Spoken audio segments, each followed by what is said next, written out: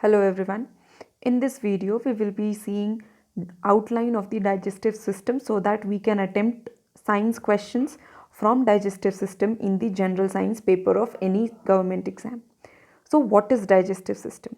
So as I have written here, breakdown of the food into smaller particles, absorbable form. This means that whatever food you eat, it has to be broken down into the smallest possible particles so that it can be absorbed by the blood vessels and it can be sent to the various parts of the body. So like I have written here, breakdown of the food into smaller particles, absorbable form, so that the blood can transport it to various parts of the body. Like every cell in our body is surrounded with the blood vessels, so whatever food will be digested will be broken down into absorbable form that will be taken up by the blood vessels surrounding the cell, and hence it will be transported from one cell to the another. So this is the digestive system, the diagram of the digestive system, as all of you can see. So what do? How does this process of digestion start? It starts from the mouth itself. So in mouth we will see three things, that is the teeth, tongue and the salivary glands which are present in the mouth. These three things will be related with the buccal cavity. Now teeth is for chewing the food, tongue is for moving that food, that is the bolus which is made when the saliva secreted from the salivary gland is mixed with the food. So whatever the part of the food which is formed, now it is called as the bolus, which is now moved with the help of the tongue. So in short, teeth chews the food, tongue rolls over the food inside the mouth or mixes with the saliva, and that saliva comes from the salivary glands. Now here, after you eat the food, it is chewed, it goes to the pharynx. Pharynx is a common pathway for food and air both, so hence that is covered by this. When the food pipe and the windpipe, when they separate, the food pipe is covered by the epiglottis. So basically glottis is the opening for the air, and that opening is covered by the epiglottis. That's how the name is epiglottis. Now the food moves to the food pipe, not the windpipe, because windpipe is now closed by the epiglottis. Now the food moves to the food pipe, which is also called as esophagus, and then the food goes to the stomach. Here in esophagus, there is peristaltic movement which brings the food down to the stomach. No digestion takes place in esophagus, and in stomach there are three important things: the secretion of HCl to kill the germs, the secretion of mucus from the walls of the stomach, that is the mucus which is secreted, that protects the walls of the stomach from the acidic secretion, that is the HCl. And there is third thing, that is secretion of gastric juices which digest the protein. Now this digestion of protein takes place in stomach. That is possible only when the medium is acidic. So HCl has two functions now. First one was to kill the germs, and second is to provide acidic medium for the digestion of proteins. Now here, when the food moves to the small intestine, before that secretion from liver and pancreas, they go to the small intestine, the first part of the small intestine, that is duodenum. In that there are secretions from the liver and pancreas. So in liver, this bile juice is secreted, which is stored in the gallbladder. As you can see here, this labeling, this is the gallbladder. So here the bile juice is stored. Now that bile juice is sent to the small intestine, that is the duodenum, and secretions from pancreas are also sent to the small intestine. Now these two secretions from the two respective glands, they help in the digestion in the small intestine, which we will see. But first let's see what is happening in the liver. So liver, as I told you, it is secreting the bile juice. In this bile juice, the function of this is, there are two functions basically. The first one is to emulsify the fat or to break down the fat, and the second one is to make the food basic. Why is there need to make the food basic? Because as we know that in HCl there is secretion of in stomach there is secretion of HCl, which makes the overall food acidic.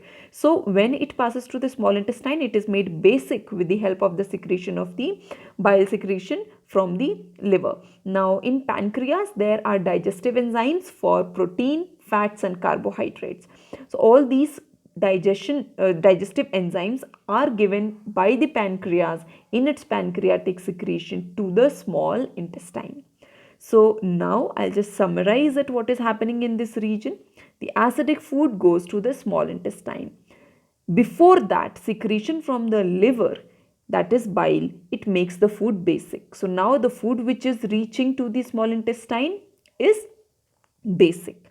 Now when it becomes basic, then only the enzymes from the pancreas are able to act on it and digest the proteins, the carbohydrate and the fat. So this is about the secretions in this area, which is very important. So you have to remember what is happening, when is the food acidic, when is the food basic and all. Now when it reaches to the small intestine, here in the small intestine, in this area you can see, when the food reaches here, it is now basic. It has secretions from the liver and pancreas. Now this pancreatic secretion, it digests the carbohydrate, it digests the fat, it digests the protein also here in the small intestine. Now when the digestion by the pancreas has been done, then the secretions of this small intestine, again they start. The secretions from the small intestine, they further digest the carbohydrate, the proteins, the fats into their extremely simple form. Like we can say that the carbohydrate, it finally digested into the smallest absorbable form, that is the glucose. The fats are digested into the fatty acids and glycerols, which is the smallest simple form, and the proteins are finally digested into the amino acids, which is the most simple absorbable form. So here the question can be asked that in small intestine, or no, they will ask that where is this complete digestion takes place. So you will answer it as small intestine, because after this no digestion takes place. It's only the absorption which takes place in the large intestine, that too of the water. But before that, some important absorption takes place. Like here it is mentioned, absorption of what? Absorption of the simplest food particle which have been now made, that is the glucose, fatty acid, glycerol and the amino acids. They are absorbed by the blood streams. As I told you in the starting only, digestion is breakdown of the food into the absorbable form, which is taken by the bloodstream to be sent to the various parts of the body. So that absorption is done in the small intestine. So small intestine has two very important functions, that is the complete digestion, final digestion of all the substances into the simpler form is done here, and the absorption is also done here in the small intestine. In the small intestine, there are villi present. They are finger-like projections. They are present on the walls of the inner walls of the small intestine. They are finger-like projections.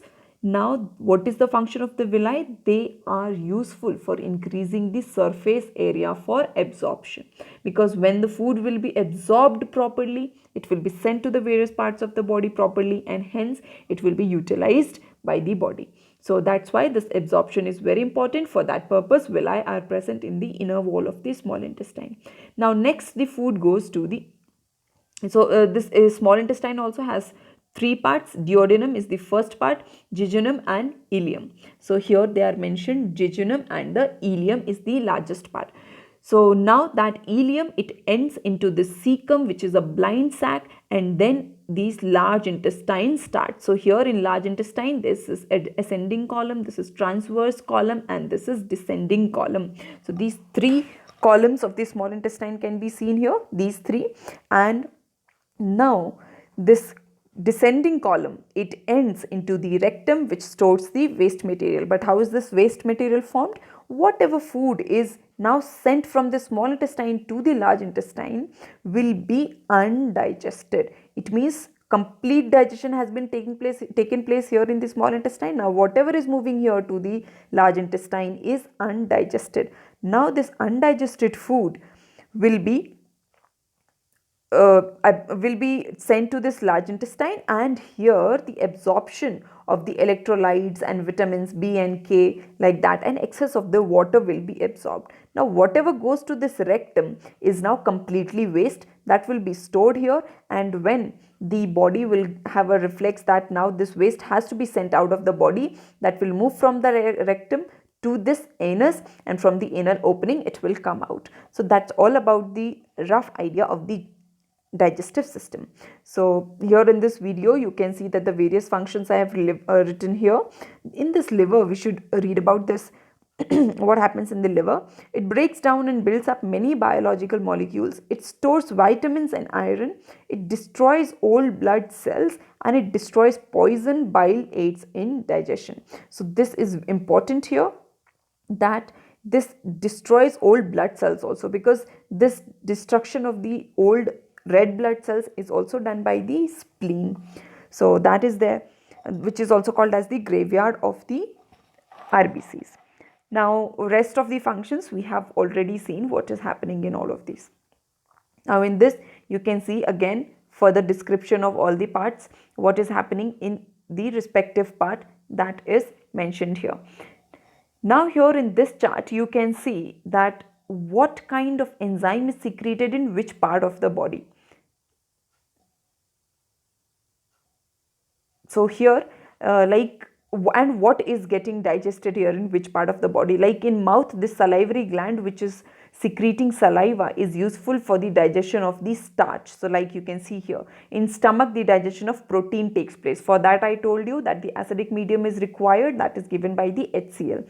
In small intestine the secretion of starch, protein and fats is being done here with the help of the pancreatic secretions also, and that is from the pancreas. And in small intestine the further last digestion, further extreme digestion in the smallest particle is being done here in the small intestine. So in this also you can see in this chart carbohydrate digestion is mentioned by the various secretions. Similarly protein digestion with the various enzymes, and nucleic acid digestion with the various enzyme, and fat digestion by the enzymes. So this chart is in respect to the digestion of the carbohydrate, protein, nucleic acid and fat digestion, and this chart was on the basis of the body part and the enzyme secretion. So let's practice some questions here. The complete digestion of carbohydrate, protein and fat occurs in. So as I told you that the final digestion, it occurs in the small intestine, and because we have just done the explanation, this concept should be clear. Now the second question, if by an unknown accident the acid secreting cells of the stomach wall of an individual are damaged, digestion of which one of the following biomolecules will be affected to a greater extent?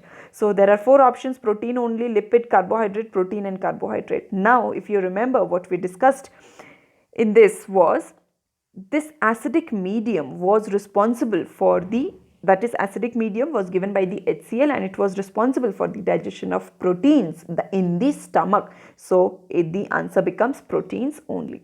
Now the next question, the acidic semi-digested food coming out of the stomach is neutralized by. So we read that also, that it is the bile juice which has two functions, that is to emulsify the fats, and second one, emulsification is breakdown of the fats into simpler parts, and this second one was to neutralize the food which was coming from the stomach, which was earlier acidic due to HCl secretion. So other four options are wrong here. Now this last question, which one of the following is not a function of liver? So I have explained these, all the three options here, and the last one, as we can just read it, that absorption of food and excess water from undigested food. If you remember, I told you that this process is being done here in the large intestine. So very obvious that it is the clear option that this one is not the function of liver, but other three are function of liver. So we should know that how they are function of liver, that this is a conversion of glucose into the glycogen is done here in the liver. So that we should know that the conversion of glucose into glycogen is done here, and it is also stored here. This glycogen is stored because glucose cannot be utilized in the form, basically glucose is utilized for the production of energy. So every time the energy is not produced, like if excess of glucose is there, it will be stored in the form of glycogen in the liver. So that is being done here in the liver. So this option is correct. Now next one is production of urea. So you can see here that this urea is produced by the liver, because see here we have ammonia, we eat proteins and all of it. So that is basically whatever we are eating, the carbohydrate, fats, proteins, and whatever nutrients you are taking in, so that has to be removed out of the body. And similarly, there are this nitrogen which is in the form of the ammonia, that is converted to a less toxic substance such as urea or uric acid. So we convert it into urea, and that is done by the liver. So this option is also correct. Destruction of dead and worn out red blood cells, if you remember, I discussed this also, that this is done by the spleen also, it is done by the liver also, and it is also done in the bloodstream. So all these mm, three things are responsible for the removal of the red blood cells from the body. So that's how we covered all the four options, and I think this concept should be clear. Now next, let's move to the respiratory system. We will understand this in short. Breathing, inhalation. What is breathing basically? What is if I say what is the difference between breathing and respiration, then if I say what breathing is, I'll simply say that the inhalation and exhalation of the air is what breathing is. But what is respiration? It is breakdown or oxidation of the food to produce energy. Like just now we studied about digestion, that the food is broken down into the simplest form. So let's say that the carbohydrate was broken down into the glucose. Now that glucose is utilized to produce energy, and what system is doing this? So it is the respiratory system, which is utilizing the glucose to produce energy. Hence the raw material for this respiration is glucose. Now through these diagrams we will understand that respiration, like I told you, that this glucose which you get from eating, that is the raw material for the respiration, and that respiration process is done by the cells of each and every part of the body are doing this process of respiration. So you call it as cellular respiration. Now here in cellular respiration, what happens is, this glucose is utilized. With the use of the oxygen, it is broken down into carbohydrate, water, and energy. Energy is now stored in the form of ATP, that is adenosine triphosphate, here ATP. And here you can understand that how this breathing, that is taking in of oxygen and removing of the CO2, and what is this respiration which is happening inside your each and every cell. So this is there. Now respiration is of two types. One is aerobic respiration and second is anaerobic respiration. Aerobic respiration is done in the presence of oxygen, and anaerobic respiration is done in the absence of oxygen. Now here we will see this respiration, that is, I told you that it is the use of the glucose to produce energy here. So this glucose is a 6-carbon molecule, like in the cytoplasm of the cell. You all know that if this is the cytoplasm, this part of the interior part of the cell is having the cytoplasm. So in the cytoplasm, this 6-carbon molecule is broken into 3-carbon molecule. This 3-carbon molecule, that is the pyruvate, is now going to produce the energy in three possible ways. One, in the presence of the oxygen, which is taking place inside the mitochondria. You can see here that the mitochondria is, that's why this mitochondria is also called the powerhouse of the cell, because it produces this energy, that is, and which is stored in the form of ATP, that is adenosine triphosphate. Now here, in the presence of oxygen, which is occurring in mitochondria, carbon dioxide, water, and energy is produced. Now this energy is maximum here. Why? Because it is done in the presence of oxygen. So this maximum energy is produced in the presence of oxygen. Now the second case is in the human muscle cells. When we like, I'll give you some example, that whenever we do some exercise, if excess of exercise is done, what happens is we tend to have muscle cramps. So it is due to the lactic acid which is formed here. So why is this muscle cramp produced in your muscle? Like, why is that cramp even there? Because this lactic acid, this CO2 is also a waste which moves out of your body. You can see here it gets exhaled here. But this CO2 which is there, it gets moved out of your body. But this lactic acid, it dissolves in your bloodstream and it stays there in your bloodstream 2 to 3 days before getting excreted out of the body. That's why it causes pain here. So this process of formation of lactic acid and energy is done in the absence of oxygen, and this is done in the human muscle cells during the excess of exercise. Now the third case is again complete absence of oxygen in the yeast. Like I'll tell here, about this yeast. Yeast is an unicellular fungi. Generally fungi are multicellular, but this is unicellular fungi, non-photosynthetic. That all we should know about yeast. Now this also does this anaerobic respiration here, and it forms ethanol, carbon dioxide and energy. Here also energy is produced. In this case also lactic acid and energy is produced, but in these two cases energy is less, and in this case energy is maximum, because you can see here complete 6 carbon molecule is broken into 1 carbon molecule, that is CO2. So hence maximum of the energy, complete breakdown of glucose is done in the case of aerobic respiration. So this is all about aerobic and anaerobic respiration. Now we will see what is happening in the breathing. When you inhale and when you exhale, what is going to happen? So whenever you inhale, this diaphragm which is there, diaphragm is the base upon which these lungs are residing. So whenever you inhale, this chest cavity, it increases outside and this air is filled into this, and for that this diaphragm moves downwards. So that's how you inhale. So I'm just telling in very simple form for the general science exam basically. Now here in exhalation, what happens? You exhale the CO2 from your body, because you inhale oxygen and you exhale CO2. For that what happens? The chest cavity, it decreases. This diaphragm which was sent downwards during inhaling, it goes upwards when you exhale. So that's what is happening in the process of breathing. Now let's move to the human respiratory system now. What is happening here? You inhale the air through your nose, nostrils, nasal opening, and it goes to the nasal passage here.